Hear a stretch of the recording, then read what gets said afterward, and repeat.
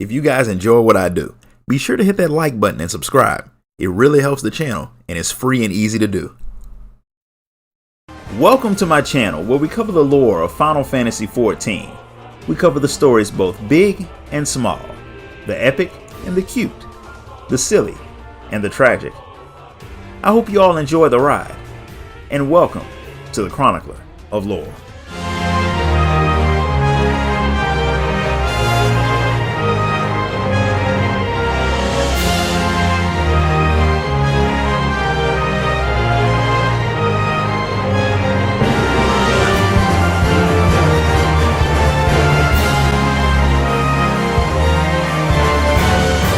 Soroban, one of the Kojin, also known as the Ninja Turtles, is on a quest that he needs your help for.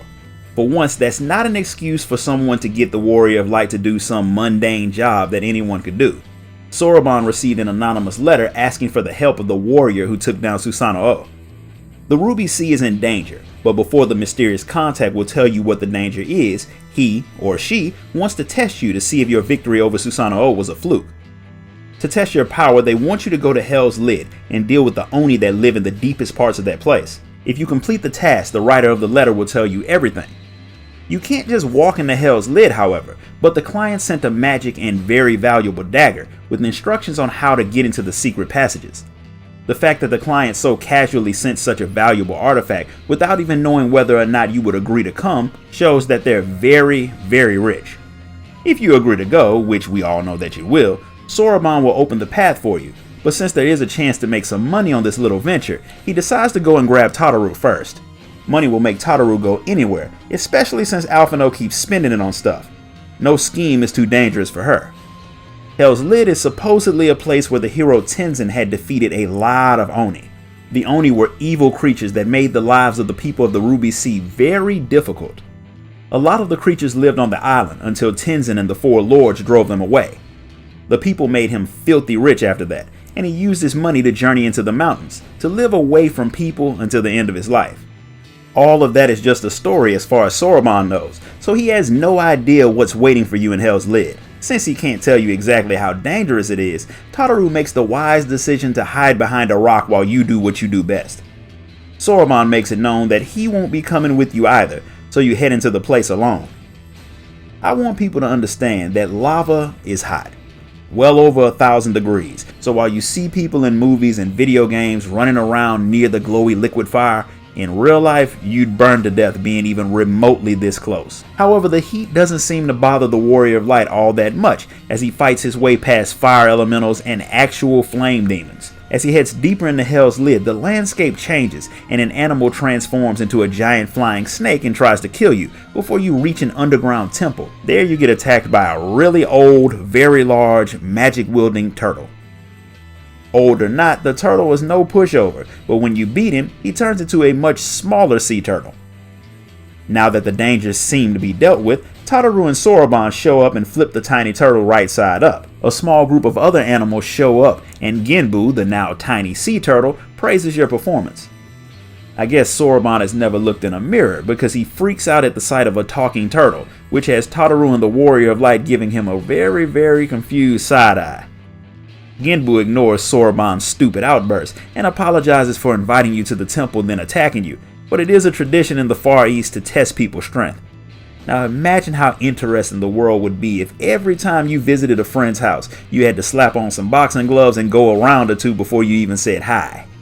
It would definitely make life more interesting, and trips to Walmart might actually be fun. With the testing out of the way, Genbu introduces himself as the guardian of the temple and the leader of this little group, and he's one of the Four Lords from the legend. And he's not the only one of the animals who can talk, which is normal to Genbu since all of them are over 1,000 years old.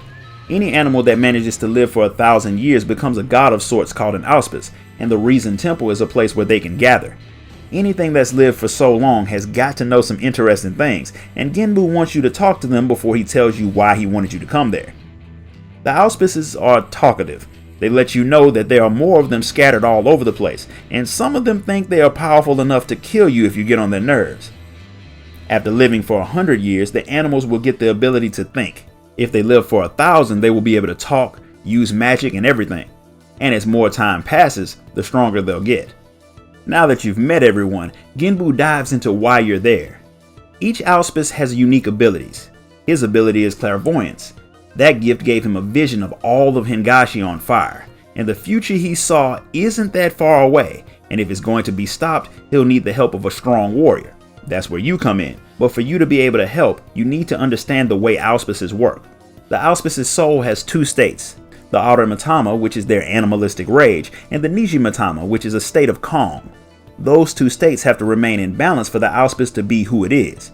But since they live for so long, it's possible for traumatic events to disrupt that balance and cause their souls to split. If an auspice is taken over by the automatama, they become feral, which is extremely dangerous because they don't lose any of their power in their process. That power is enough to cause major damage wherever they are. Floods, wildfires, erupting volcanoes, and all around death and destruction. That doesn't mean the auspices are bad. Some of the ones who wreaked a lot of havoc in the past actually find pleasure in helping people, which was noted in the story about Tenzin and the Four Lords that Genbu confirms is actually true, to a certain extent. It wasn't an Oni that they fought, but another auspice. The one they fought was Koryu. He had been consumed by the automatama, and had used his power to cause the flames inside of the island to go haywire. It was going to erupt and destroy the nearby countryside if Tenzin and the Four Lords hadn't fought and sealed Koryu away in the very temple that you're standing in.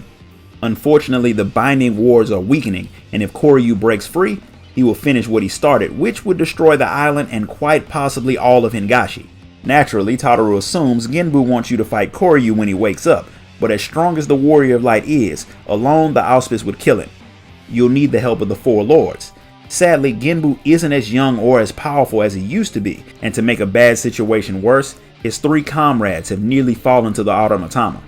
They're holding it off, but while they're struggling against their inner darkness, they can't use their powers to strengthen Koryu's prison. Now that you understand how bad things are, Genbu lets you know what he needs you for. He wants the Warrior of Light and some of his adventurer allies to fight the other three lords to help them regain control of their primal nature.